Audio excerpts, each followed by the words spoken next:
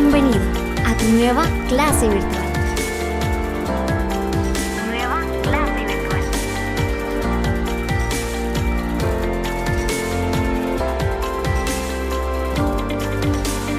Compañeros, si no lo han hecho, lo hacen después, les voy a mostrar. Yo les creé aquí. Ahorita tenemos la clase de redes, entonces vamos a ver, compañeros, quiénes están conectados. Bueno, les quiero mostrar aquí en el curso de redes. Les creé una lección de la cuarta unidad. Es la lección 1. En esta lección, compañeros, hay videos, veo que nadie la ha visto. Entonces, compañeros, en esta lección, la lección 1 de la cuarta unidad del curso de redes de la información, aquí les subí 2 videos, ¿sí? El primer video es sobre VirtualBox. No sé quiénes de ustedes ya instalaron VirtualBox. Supongo que varios de ustedes ya han usado VirtualBox. Entonces, aquí se explica cómo instalar VirtualBox. Perdón, no cómo instalar. Se explica cómo instalar un sistema operativo servidor en VirtualBox. Entonces, yo descargué esta versión. Aquí está la imagen ISO, la pueden ver atrás. Y aquí se explica cómo instalarlo, cómo crear una máquina virtual para instalarlo. En este segundo video que aparece aquí, se explica cómo instalar el sistema servidor. Ahí les explico, compañeros, de que en computadoras de escritorio el sistema operativo dominante es Windows, ¿verdad? Pero en servidores el sistema operativo que más se instala es Linux, ¿sí? De hecho, lo correcto es decir GNU Linux. Incluso la misma aula virtual está en un servidor Linux, compañeros, ¿sí? Entonces, para que ustedes instalen VirtualBox, descarguen la versión de servidor. Yo estoy trabajando con Ubuntu Server. Si ustedes quieren, pueden instalar alguna derivada. Pueden instalar, por ejemplo, Debian Server o Mint Server o algo de esa rama. De, les va a funcionar bien y van a poder hacer los ejercicios, ¿sí? Pues aquí se explica y al final hay una tarea, compañeros, la tarea 1 de la cuarta unidad, y en esta tarea lo que ustedes tienen que subir es una captura de pantalla donde ya está instalado su sistema servidor, ¿sí? Entonces, veo que nadie ha visto el video, compañeros, véanlo por favor, y necesito que descarguen e instalen el sistema servidor en una máquina virtual, ¿sí? Ahora, compañeros, esta unidad, que es la última, ¿verdad? Vamos a trabajar con sistemas servidores, ¿sí? Vamos a aprender a configurar servidores, ¿sí? Entonces, permítanme. Aquí tengo...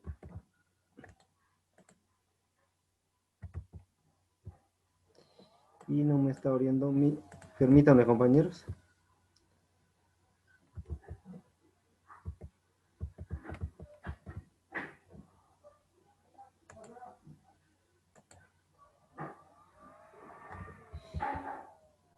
Estructura, esto no es...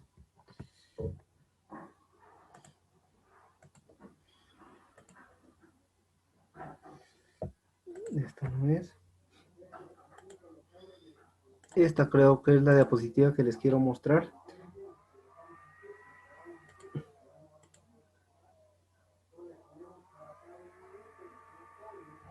Bueno, compañeros, en esta presentación lo que quiero que veamos es esto. Servidor, ¿sí? ¿Qué es servidor? Aquí dice que un servidor es un programa que reside en una computadora, el cual ejecuta las demandas de otras máquinas clientes, ¿sí? a eso se le llama servidor, ¿sí? A un programa que, que recibe, que ejecuta las demandas de una computadora cliente, ¿sí? Por ejemplo, cuando ustedes entran al aula virtual, el aula virtual está instalada en una computadora ustedes en su computadora o en su celular hacen peticiones, ¿ya? Quieren descargar archivos, quieren subir archivos, quieren avanzar en su lección. Pues esas son computadoras clientes, la computadora que ustedes están usando desde donde están haciendo las peticiones, ¿sí? O con el mismo Zoom, ¿verdad? Que tiene su servidor también, ¿sí? Y nosotros nos conectamos desde nuestra computadora cliente a, a esa aplicación, a Zoom, que está en línea, ¿verdad? Pero está instalado, Zoom está instalado en otra computadora. Y esa computadora hace la función de servidor porque ahí está instalado el programa que está satisfaciendo nuestras demandas. Nosotros necesitamos comunicarnos por videoconferencia, pues hay una computadora que tiene instalado el programa de Zoom y por medio de esa computadora es que nosotros podemos comunicarnos, ¿sí?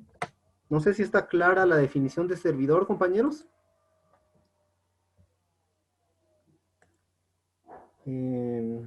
Dasbirson.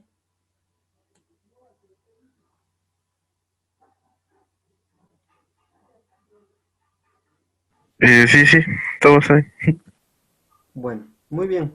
Entonces, compañeros, las computadoras servidores eh, idealmente tienen una arquitectura diferente a una computadora cliente, ¿sí?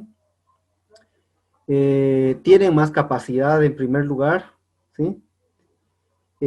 Más capacidad de almacenamiento, más capacidad de procesamiento, más memoria RAM, ¿sí? Tiene un sistema operativo más seguro, ¿sí? Yo no voy a decir que Windows sea malo, compañeros, pero creo que no es un secreto de que Windows es más atacado por virus. No voy a decir que Windows es más inseguro, sino que hay personas malintencionadas que fabrican virus y la mayoría de virus que hacen son para Windows, ¿sí?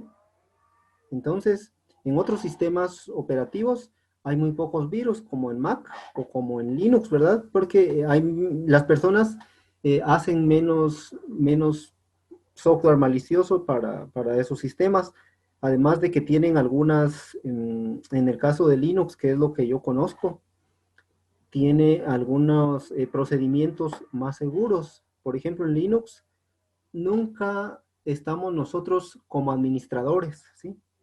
Siempre estamos como con cuenta restringida, como cuando íbamos al colegio y ustedes entraban a la cuenta de estudiante. Ahí en la cuenta de estudiante no se podían instalar programas, ¿sí? Entonces en Linux siempre estamos con una cuenta restringida y para poder instalar un programa siempre nos pide la contraseña y siempre tenemos que cambiar y volvernos administradores. Eso es seguro. En cambio en Windows podemos tener nuestra cuenta de administrador, un mal teclazo que le demos a un clic, que le demos a un archivo raro y ya se ejecutó un virus, ¿verdad? Se instaló un programa, se ejecutó un virus. Entonces, esas son algunas de las desventajas de Windows. Em, más fácil es, pero en cierta forma, más fácil es instalar un programa en Windows, ¿verdad? Pero en cierta forma eso es una desventaja ya al momento de querer seguridad, ¿sí? Entonces, en Linux es más seguro instalar un programa, nos va a pedir siempre contraseña. Además de que es un sistema modular, Windows es un sistema operativo completo, como que um, eh, imaginemos que es un edificio, un único edificio. En, en cambio, Linux se trabaja por módulos, ¿sí? Es decir, yo puedo tomar una parte de esto, ahora otra parte de esto, esto y esto, y uno de los módulos. Entonces, ¿qué pasa si se infecta un módulo? Lo quito y el resto del sistema no se ve afectado. En cambio, Windows es un todo, ¿sí? Entonces, esas, y por otras razones, de que también Linux es gratuito, compañeros. Entonces, muchas personas tienen su servidor Linux, ¿sí? Existen versiones de Windows para servidor, también está Windows Server, ¿sí? Que es un Windows especialmente usado para servidores, ¿sí? Y casi todas las versiones de Linux que ustedes conocen también tienen una versión para servidores, ¿sí? Para instalar en una computadora que va a responder a las demandas de las máquinas clientes, ¿verdad? Eso sería con relación al software de un servidor, que no es el mismo sistema operativo, ¿verdad? Tiene modificaciones, está especialmente diseñado para ser más eficiente en responder las peticiones del cliente. Ahora con respecto al hardware. Respecto al hardware, compañeros, una computadora servidor tiene la tarjeta madre, es diferente. Aquí pueden ver una tarjeta madre y se dan cuenta de que tiene cuatro sockets para microprocesadores. Y cada socket tiene sus propias ranuras de memoria RAM, vean, ¿sí?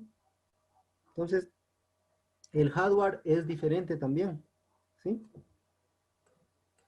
Aquí pueden ver este ejemplo y pueden ver este otro ejemplo también, que aquí hay dos sockets para microprocesadores y cada socket tiene sus ranuras para memoria RAM. Entonces, esto sería lo ideal, compañeros. Sin embargo, ustedes pueden convertir su computadora en servidor, ¿sí? La computadora, la personal, la que ustedes tienen. Por ejemplo, si ustedes instalan XAMPP, que acuérdense que XAMPP les instala Apache, les instala MySQL, les instala PHP, lo vimos el año pasado, para trabajar páginas web. Al momento de que ustedes instalan Apache, compañeros, ustedes ya convirtieron a su computadora en una computadora servidor. Y más dispositivos que están en la misma red en la que ustedes están, pueden conectarse a su computadora y hacerle peticiones. El año pasado creo que fue que hicimos, no sé si fue con ustedes, pero hicimos pruebas en el laboratorio, donde cuando trabajamos con PHP se instaló XAMPP y no recuerdo quién de ustedes me dio su número de IP, y al escribir el número de IP en el navegador, escribían después una diagonal y el nombre de su página, automáticamente podía navegar en la página que ustedes crearon, ¿sí?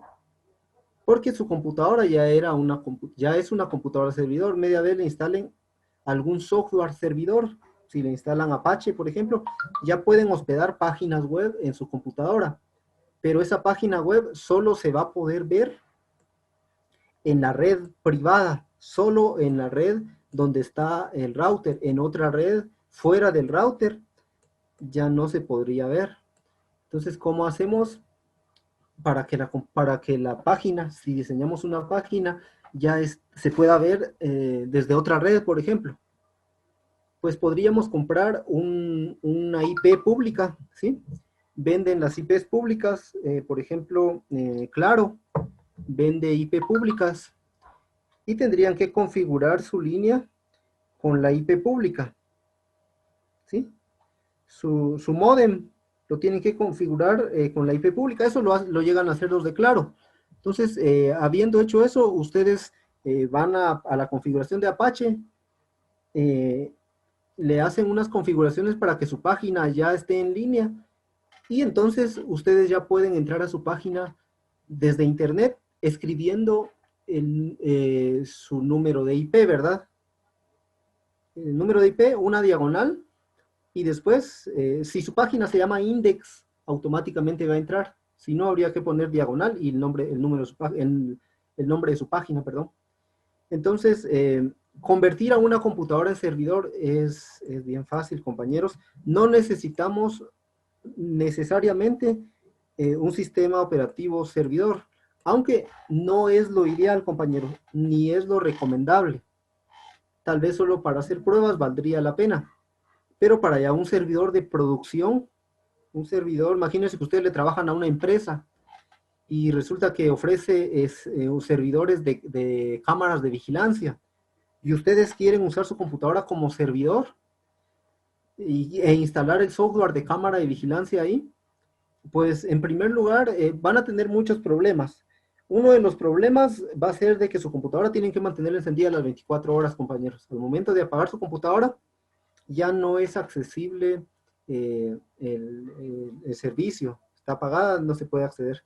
Número dos, su computadora no está diseñada para ser una computadora Profe, servidor. Sí, sí. mire, dice Kendi que si los puede dejar entrar, no sé si esté junto con Mesho, pero me pidió favor que le avisara. Así, gracias. Víctor ya se salió otra vez. Bueno, ahí estamos. Bueno, entonces les decía, compañeros, gracias, compañeros, ya estamos. Entonces les decía, compañeros, de que van a tener muchos problemas si ustedes ponen su computadora personal como computadora servidor. Uno de los problemas sería de que hay que mantenerla encendida las 24 horas, aunque eso hay que hacerlo con una computadora servidor también, con arquitectura así, de una tarjeta madre diseñada para servidores. Hay que mantenerlo encendido siempre. Pero otro problema es que su computadora, el microprocesador que usa, que son los cores, ¿verdad? El Core i5, Core i7, no está diseñado para manejar flujos de información, grandes flujos de información. Entonces, se van a poder conectar unas 10, 15 personas simultáneamente, pero si se conectan más, su página se va a caer, su computadora va a comenzar a consumir todos los recursos, su CPU va a llegar a 100% de uso, porque su computadora personal no está diseñada para ser servidor. Entonces, no es lo ideal.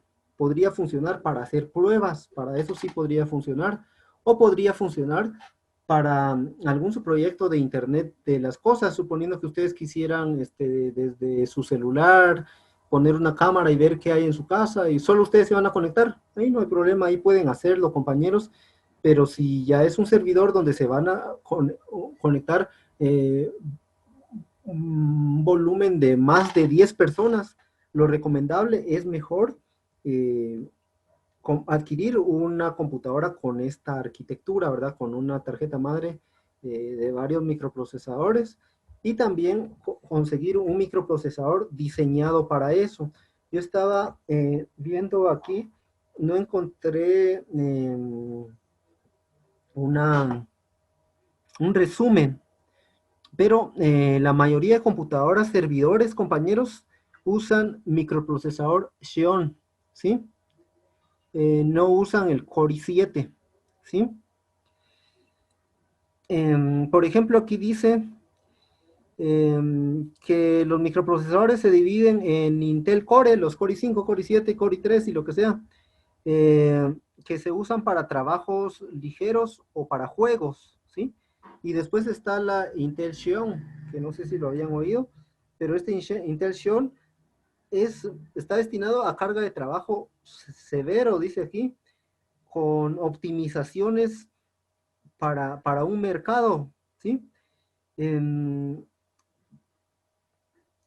embargo, los Xeon son más caros, compañeros, son más caros que los Intel, ¿sí? Entonces, lo normal va a ser que un microprocesador Xeon es lo que ustedes tendrían que conseguir, uno o varios microprocesadores Xeon para una computadora servidor ya de producción, ¿verdad? Si ustedes le van a trabajar a una empresa, ¿ya? Si ustedes le van a poner un servidor, ya sea de servicio web, de una página, o si le van a poner algún servicio de cámaras de vigilancia, o de alguna alarma, lo que sea, que esté en línea, ¿verdad? Lo recomendable sería usar un equipo que tenga microprocesadores Xeon. Eh, una de las características del microprocesador Xeon es de que se pueden conectar varios microprocesadores en una sola placa, en una sola tarjeta madre. Esto no se puede hacer con los microprocesadores Intel Core, ¿verdad? Los Core 5 y todos los demás, ¿sí? Entonces, repito, la diferencia es que el Xeon es más caro. ¿sí? Bueno, entonces, compañeros, veamos. Vamos a pasar aquí. La computadora cliente ejecuta un programa especial que le permite comunicarse con un servidor. Normalmente la computadora cliente, el programa especial que usa es el navegador, ¿sí? Normalmente, ¿verdad? Si ustedes tienen instalado, por ejemplo, ahorita el programa de Zoom, pues por medio de Zoom se están conectando al servidor de ese programa Zoom, ¿verdad? Pero normalmente a través de un navegador, ¿verdad? Podemos conectarnos al servidor. Entonces, ¿qué más?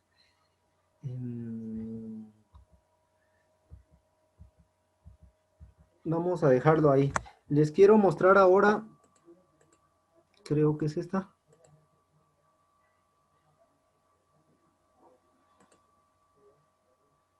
Bueno, aquí hay un ejemplo, compañeros, y de hecho una pequeña historia de cómo surgió la conexión a servidores, o sea, la necesidad de que la creación de servidores se masificara, ¿sí? Pues en 1989, Tim Berners-Lee creó la World Wide Web, ¿verdad? Que es una tecnología que permite insertar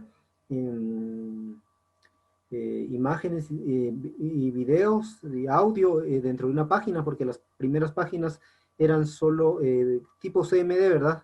Entonces, en 1991 se implementó el protocolo HTTP, que es el protocolo, acuérdense que un protocolo aquí en redes es el conjunto de reglas para poder comunicar algo con otra cosa. Son reglas, ¿sí? Como ahora mismo nosotros estamos usando reglas para poder comunicarnos. Una regla es que tenemos que manejar un mismo idioma. Si ustedes manejan un idioma y yo manejo otro, no nos vamos a poder entender. Si todos hablamos al mismo tiempo, tampoco nos vamos a poder entender, etcétera. Entonces, esas son reglas. Pues hay reglas, hay un protocolo HTTP que contiene las reglas para poder manejar el lenguaje HTML, que es un lenguaje bien básico y que casi todas las aplicaciones web usan HTML, ¿verdad? Que el año pasado lo vimos y se acuerdan que significa lenguaje de marca de hipertexto, ¿sí? En 1992 apareció el navegador Mosaic, que era uno de los primeros navegadores donde podíamos conectarnos, se podían conectar a servidores. En 1994 el navegador Netscape, Opera, Internet Explorer, que al final Internet Explorer venció a Netscape porque Internet Explorer era gratuito y Netscape tenían que comprarlo las personas, pero como Microsoft era millonario, podía darse el lujo de regalar Internet Explorer. Entonces, así venció Netscape. A eso se le llaman prácticas desleales, compañeros. En 1995 apareció JavaScript, que es un lenguaje de programación orientado a la web, ¿verdad? Que nos permite crear páginas dinámicas, ¿sí? Por ejemplo, un chat. Antes no se podía crear un chat cuando no estaba JavaScript, etcétera. En 1996 apareció el lenguaje XML, que es otro lenguaje de marca extensible, ¿verdad? Y que nosotros lo hemos visto y lo hemos usado en Android para diseñar interfaces gráficas. ¿Se acuerdan que se hace con XML? Pero el lenguaje XML también se usa en la web, ¿sí? En 1997 apareció Flash, que ahorita ya está muriendo, ¿verdad? En 1999 surgió esta tecnología que se llama Ajax, que esta tecnología nos permite nos permite que el navegador podamos hacer acercamientos como tipo mapas, como los mapas de Google, ¿verdad? ¿Sí? En 2002 apareció el navegador Safari, que es para Mac, ¿verdad? En el 2004 apareció el navegador Firefox, que al final Firefox es creado por una fundación que se llama Mozilla, que tomó el código de Netscape, porque Netscape liberó su código, lo dio gratuito, entonces tomó el código de Netscape y creó una fundación que se llama Mozilla y crearon el navegador Firefox, ¿verdad? ¿Sí? En 2008 apareció Chrome, que es el navegador de Google, que al final Chrome es una versión, un fork, así se le llama a las versiones modificadas, de otro navegador que se llama Chromium. Chromium, un navegador azulito, es azul o celeste, pero ese es libre, el código está disponible para poder modificarlo, pues Google tomó el código de Chromium y creó Chrome, ¿verdad? Entonces, aquí se puede ver un resumen de cómo apareció la web. Entonces, esto es, compañeros, porque en las computadoras servidores son muy utilizados para hospedar páginas web, ¿sí? Pero no solamente páginas web, compañeros, sino aplicaciones web, que no es lo mismo, ¿sí? ¿Sí? En la actualidad, en realidad, las páginas ya no son páginas, son aplicaciones web, ¿sí? Por ejemplo, el aula virtual no es una página web, es una aplicación web. Las páginas solo tienen contenido estático, como que ustedes abrieran un documento de Word y ustedes no pueden interactuar con ese contenido. Sin embargo, en una aplicación sí se puede interactuar, ¿sí? Interactuar significa que tiene botones, que yo puedo darle clic a los botones y que me responde en base al clic que yo di, etcétera. En cambio, una página estática, lo único que se puede hacer es leer el contenido, ¿verdad? Entonces, en la actualidad, lo que se diseñan son aplicaciones web. Una aplicación que generalmente tiene contenido dinámico, es decir, es contenido que interactúa con el cliente. Por ejemplo, podemos llenar un formulario y darle clic, y si nuestro nombre no es correcto, no nos va a dejar entrar. Ahí está interactuando, nos está diciendo, usted no se le olvidó su usuario o contraseña, ¿ya? O un juego en línea, por ejemplo, ahí estamos interactuando también, ¿sí? Entonces, en las aplicaciones web se necesita un diseño arquitectónico avanzado, ¿sí? Tanto tanto de software como de hardware, ¿verdad? Normalmente cuando se trabaja con aplicaciones web, se tiene que tener acceso a una base de datos. Tenemos que poder conectarnos a una base de datos, ¿sí? Por ejemplo, ¿verdad? Tenemos que manejar varios lenguajes de programación. Por ejemplo, si vamos a trabajar conexión a base de datos, lo más probable es que trabajemos con HTML y PHP y MySQL, ¿verdad? O HTML, Python y MySQL, o HTML, Java y MySQL, o incluso HTML, JavaScript y MySQL, ¿verdad? O SQL si vamos a conectarnos a otro tipo de base de datos como la de Microsoft, el SQL Server, ¿verdad? O a Oracle. Lo cierto es que una aplicación web es mucho más compleja. Por ejemplo, una nube como Mega es una aplicación web, compañeros, ¿sí? Bueno, aquí podemos ver las versiones de la web. La 1.0 permitía hacer esto. Eran páginas estáticas, muchos iframe, que eran cuadros para incrustar contenido, ¿sí? Los contenidos era raro que se actualizaban y el aporte por parte de los usuarios era inexistente, es decir, no existían comunidades colaborativas como YouTube, por ejemplo, que ahora ustedes pueden tener su canal de YouTube y ustedes pueden compartir conocimiento en YouTube, ¿verdad? Entonces, eso no se podía hacer. O Facebook, ¿verdad? Que ahora las comunidades de Facebook, en Facebook hay comunidades, por ejemplo, compañeros, no sé si les había dicho, sería muy recomendable si ustedes se unieran al canal de Blender Latino, al grupo de Blender Latino, que es un grupo de Facebook. Ahí comparten mucho material muy útil, ¿sí? Entonces, compañeros, aquí podemos ver entonces la arquitectura de una aplicación web. Está el cliente, que es la computadora que ustedes tienen, o su celular, ¿verdad? O tablet, o lo que sea. Está el servidor web, que puede ser Apache o Tomcat, ¿verdad? Si usan Java, o IIS, si usan Windows Server.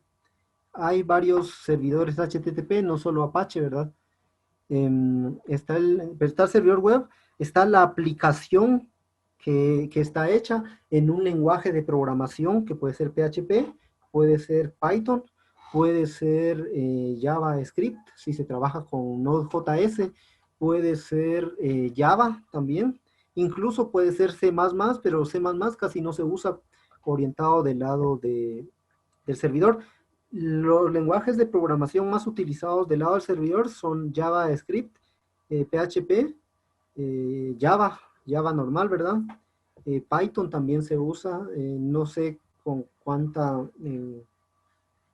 qué cantidad, pero sí, Python por ser un lenguaje yo lo considero uno de los más sencillos, y eso es bueno, ¿verdad? Se puede trabajar orientado a la web. Y aquí la base de datos, miren, ¿sí? Está el servidor web, la aplicación y la base de datos, ¿sí? Si ustedes juegan en línea, compañeros, esta es la arquitectura que usa su juego. Ustedes se conectan, está el servidor HTTP, la aplicación web, el juego en línea y la base de datos donde se guardan sus partidas y sus avances y todo lo demás, ¿sí? Entonces, no sé si tengan preguntas, compañeros. ¿Alguien escribió? Permítanme.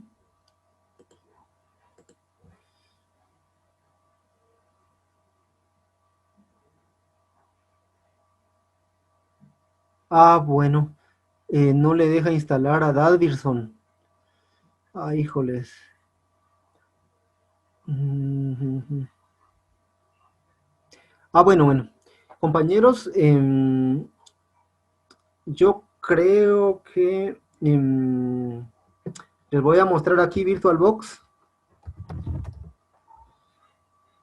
Aquí en VirtualBox, compañeros, cuando ustedes instalen... Híjoles. Cuando ustedes instalan, cuando crean una máquina virtual, ahí se explica en el video, ¿verdad? Puede que les quede de manera predeterminada la unidad, la imagen ISO como el sistema principal, entonces tendrían que editar aquí en archivo, creo que es, permítanme, en sistema.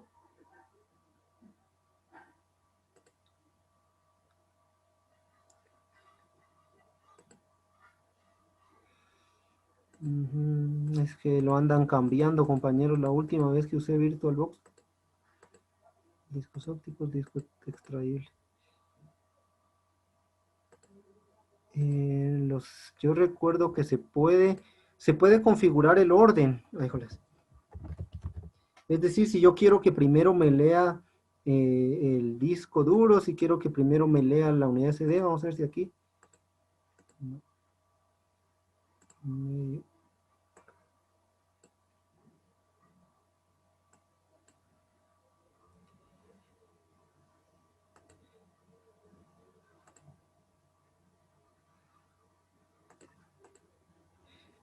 Dadvilson, yo lo que te recomiendo es que vengas aquí en archivo y donde dice administrador de medios virtuales, y aquí en administrador de medios virtuales que te vengas a disco óptico, y si aparece el disco, la imagen ISO, que aquí la borres.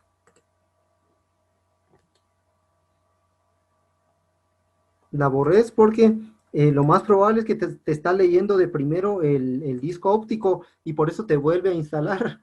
Entonces, yo te aconsejo que borres aquí si aparece el disco óptico. Yo recuerdo que la presentación era distinta aquí. Permítame, solo quiero ver si aparece. Ay.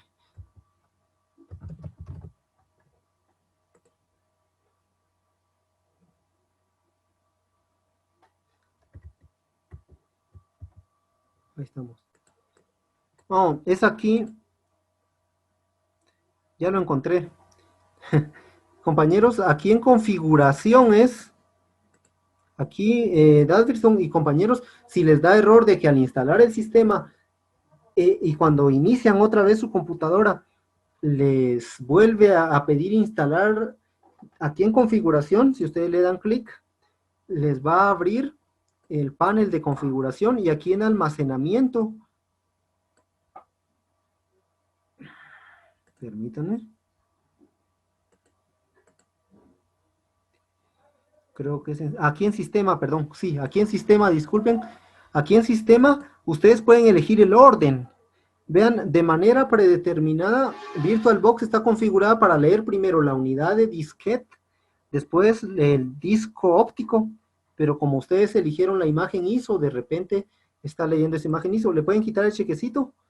O pueden elegir el disco duro y subirlo para que lea primero el disco duro, ¿sí? Entonces, al leer primero el disco duro, ya, como ya está instalado el sistema ahí, ya no les va a dar problema, compañeros, ¿sí? ¿Alguien más escribió? Permítanme. Ah, bueno, ahí estamos, Davison. Gracias, compañero. Muy bien, gracias, Davison. Compañeros, ahora les voy a mostrar así rápidamente el sistema operativo que ya instalé, el sistema con el que vamos a estar trabajando. Yo lo estoy trabajando en mi máquina virtual, yo como uso Linux, funciona más eficiente este KVM QEMU en mi caso, porque usa núcleos del kernel Linux, entonces me ahorra, es más fluido, incluso me sirve para la máquina virtual de teléfono. Voy a encender aquí mi servidor, compañeros, solo para mostrarles así rapidito. Cuando ustedes ya lo tengan instalado, así les va a aparecer. Compañeros, VirtualBox podemos trabajarlo también con GNS3, ¿sí? De hecho, podríamos instalar dos sistemas en VirtualBox. Un sistema cliente, podríamos instalar Windows, y un sistema servidor, ¿sí? Instalar algo en nuestro servidor, por ejemplo, un aula virtual, podríamos instalar la misma aula virtual que usamos en el colegio. Y podemos hacerle peticiones, ver si podemos conectarnos, ver si podemos subir archivos, si podemos descargar archivos, etcétera. Entonces, voy a apachar Enter para que me aparezca aquí, mire, dice Server Login, ¿sí? Entonces, yo tengo que escribir mi usuario y mi contraseña. Y entonces, compañeros, al escribir, perdón, me confundí.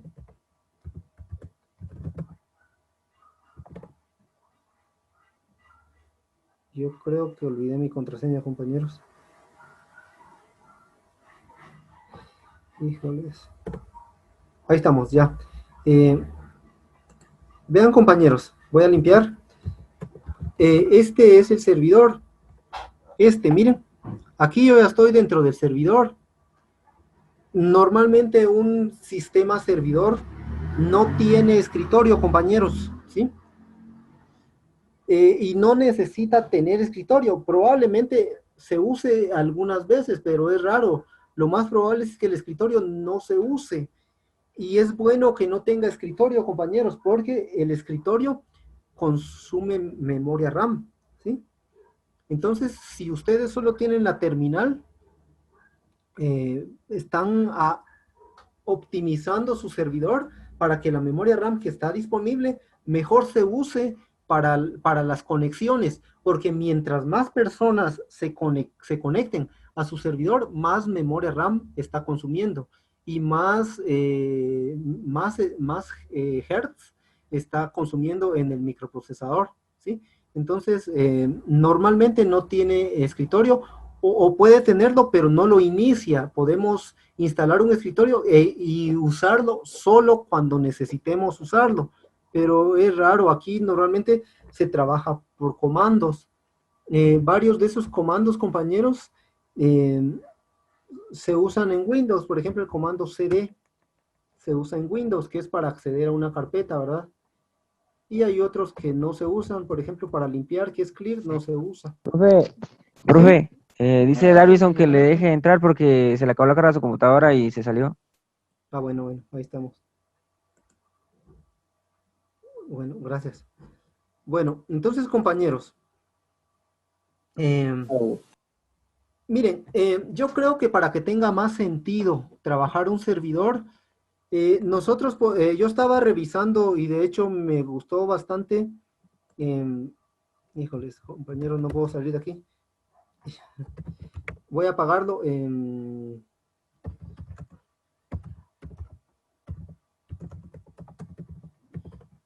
Permítanme, compañeros.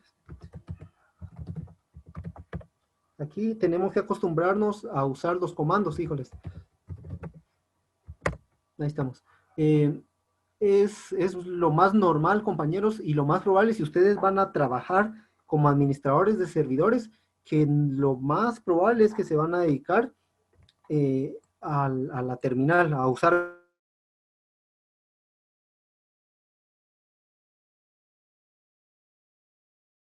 comandos. Acostumbran a tener cuenta de que es más eficiente trabajar por comandos que dando clic, y clic derecho es más tardado.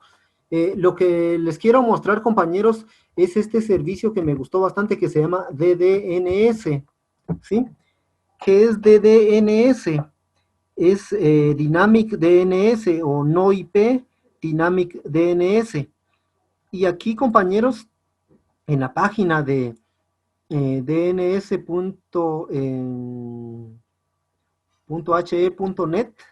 aunque no estoy seguro que esta era la página, yo creo que sí, ofrece un servicio de poder configurar un servidor y ponerlo en línea sin necesidad de comprar un IP público, ¿sí? Les recuerdo de que para que nuestra página ya se vea en internet, tendríamos que comprar un IP público, ¿sí?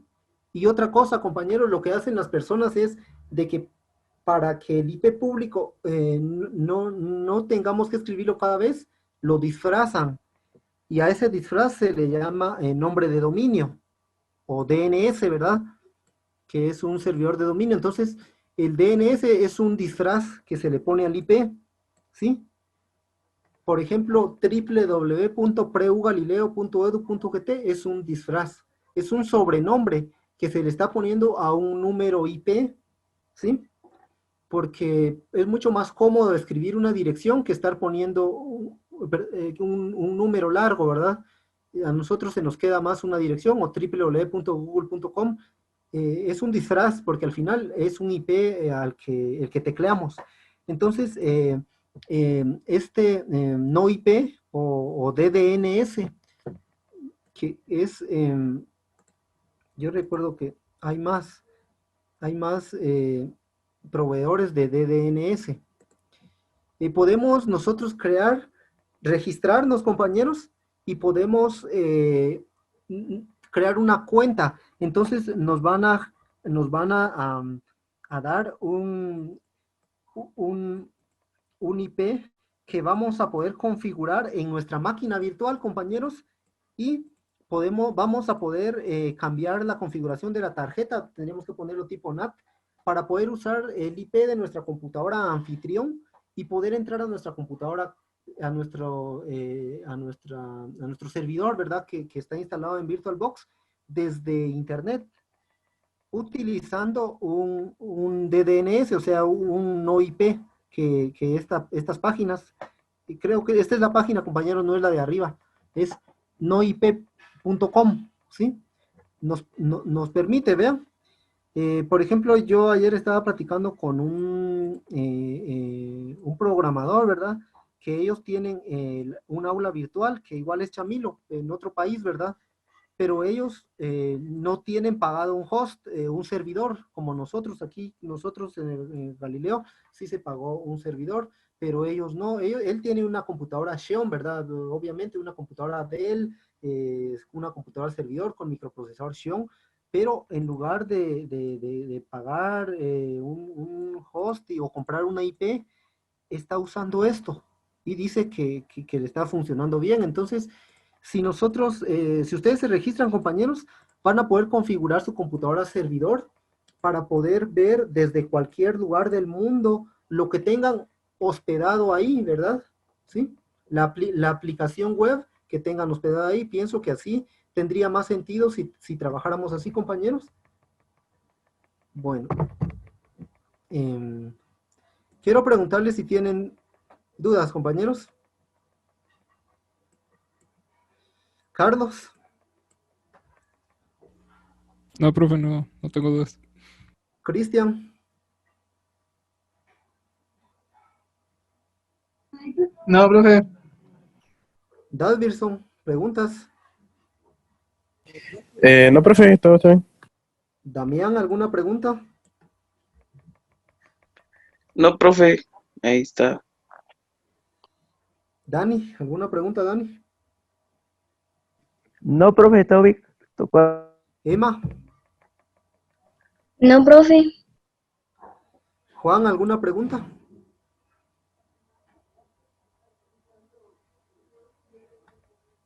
Juan. Mark, ¿alguna pregunta?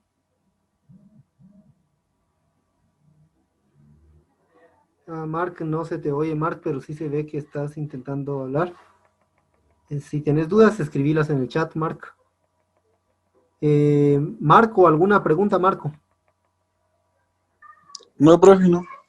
Víctor, ¿alguna pregunta? Gracias, profe. Víctor, ¿alguna pregunta? Por el momento, no. Estamos bien. Joana. No, profe, por el momento no. Bueno, entonces, compañeros, la tarea que tienen que hacer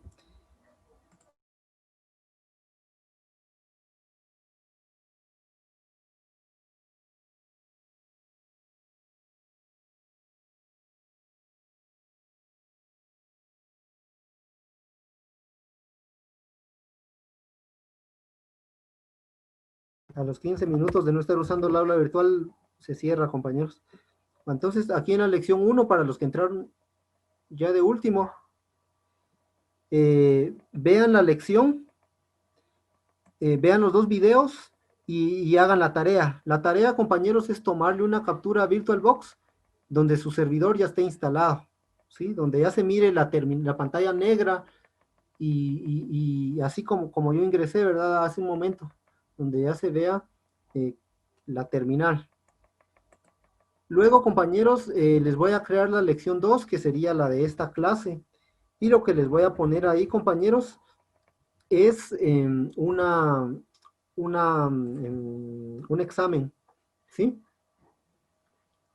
Una comprobación de lectura de lo que vimos hoy, ¿sí? Un examen corto de unas, a lo más 10 preguntas, ¿verdad? Marcos se confundió de carrera. Bueno, muy bien. Bueno, compañeros, entonces ahí vamos a terminar, aprovechando este tiempo que tenemos todavía, 7 minutos. Compañeros, les quiero recomendar, compañeros, yo he estado revisando la práctica y muy pocos han subido su avance, entonces tenemos 7 minutos. Yo quisiera que me dijeran si tienen preguntas, no sé, porque muy pocos han subido su avance. Profe, por mi parte, la mera verdad no entendí lo que sigue en práctica.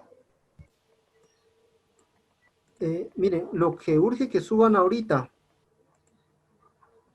que es este modelo que yo les puse un modelo aquí en la fase 2, creo que es aquí. Este modelo, miren, o sea, lo que necesito es planteamiento de problema, cronograma, así, recursos y presupuesto, ¿sí?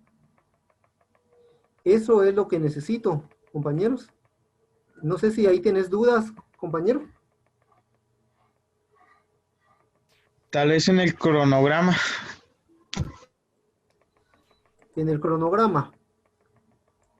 En el cronograma va la lista de las actividades, ¿sí? ¿Qué actividades vas a hacer, ¿sí? Para cuando ya estés ejecutando tu proyecto. Por ejemplo, aquí, como es un ejemplo de una implementación de una red LAN, pues el primer paso va a ser una licitación.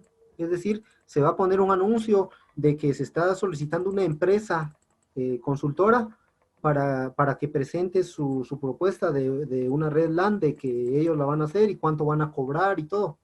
Esa sería la licitación, lo primero. Luego se va a comprar y recibir el equipo que se va a instalar. Luego se va a recibir el software que se va a instalar. Se van a hacer pruebas y se va a poner en marcha. Entonces ahí ya quedaría implementado el proyecto. Este es un ejemplo de cronograma. Aquí está en quincenas, ¿sí? La primera quincena, la segunda quincena. Con ustedes, compañeros, recuerdo, Davidson me dijo que él iba a trabajar por horas, ¿sí? Entonces, por ejemplo, ¿qué actividades van a hacer ustedes? Primero, compañeros, el diagnóstico, ¿sí? Ustedes tienen que hacer un diagnóstico de la computadora. ¿Cuánto tiempo les va a llevar? ¿Y en qué fechas lo van a hacer? ¿Sí? Sí, entonces, ¿cuánto tiempo y en qué fechas lo van a hacer, compañeros? Ahí sería su fase 1. Probablemente así lo trabajen, o no sé si lo tengan diferente, pero yo estoy dando una idea por ejemplo, el diagnóstico. Luego, ustedes tendrían que, en base al diagnóstico, ustedes van a decidir, bueno, necesito cambiarle esta pieza, o necesito solo darle limpieza, o necesito solo mantenimiento al software, porque todo lo demás está bueno. Entonces, ¿cuándo lo van a hacer? Por ejemplo, si ustedes van a dar limpieza, entonces la segunda fase sería la cotización. Ustedes tienen que cotizar precios. ¿Cuándo lo van a hacer? ¿Ya? Entonces sería diagnóstico, cotización de precios. ¿En qué fecha van a cotizar los precios de lo que van a comprar? Necesitan comprar pasta, necesitan comprar limpiacontactos, necesitan comprar, tal vez, si no tienen desarmadores, comprar desarmadores, pulsera antiestática, aire comprimido, etcétera. Entonces, en el cronograma ustedes tienen que poner qué día van a ustedes hacer la cotización y la compra, ¿verdad? Podría ser una misma actividad, cotización y compra de una vez, o primero cotizan y después compran. Si compran, entonces la compra sería una tercera fase, ¿ya? Luego seguiría, por ejemplo, si sí van a dar mantenimiento, seguiría el mantenimiento, el desarmado. Entonces yo pienso que por eso me dijo Davison, corregime Davison si no es así, de que por eso dijiste que lo ibas a trabajar por horas, es decir, en la primera hora el desarmado, por ejemplo, segunda hora limpieza, tercera hora armado, no sé, algo así. Te entendí, no sé. Sí, así era. Sí, Esa era sí. mi idea. Entonces, así tendrían que trabajar su cronograma, Juan, tendrían que poner la lista de las actividades que van a hacer desde que hicieron el diagnóstico hasta que termine, hasta que puesta en marcha, ¿verdad? Hasta que su computadora ya quede aplicado el proyecto, la reparación y el mantenimiento que le dieron, hasta que ya quede consumado, por así decirlo. Tienen que hacer su cronograma. Este cronograma lo van a trasladar a un programa que ya les dije que lo instalaran y ya hice un video sobre eso, pero lo vamos a trabajar el próximo día que nos toque práctica, ¿sí? Pero a grandes rasgos así tendría que ser tu cronograma, Juan, así, no sé si se entiende, si se entendió. Sí, profe, esta vez sí entendí. Gracias. Entonces, compañeros, por favor, suban su avance, no importa que lo tengan incompleto. Yo voy revisando poco a poco lo que ya tengan avanzado, aunque no lo tengan completo. Pero si ustedes me suben ya todo junto y se me va a amontonar todo, y en cambio si no, vamos avanzando, porque yo les corrijo, se los mando, lo revisan, lo corrigen y así, compañeros. Entonces, ahí terminamos, compañeros. Si no hay dudas sobre redes, ahí terminamos. Entonces ya está la lección 1. Tienen que instalar su máquina virtual, su servidor, hacer una captura y subirlo. Y con esta lección, con este video, cuando lo publiquen, les voy a crear la lección 2 y un examen en línea, una comprobación corta para ver si se les quedó, qué es un servidor, qué es una aplicación web y lo demás que vimos, ¿verdad? Bueno, gracias compañeros, feliz día.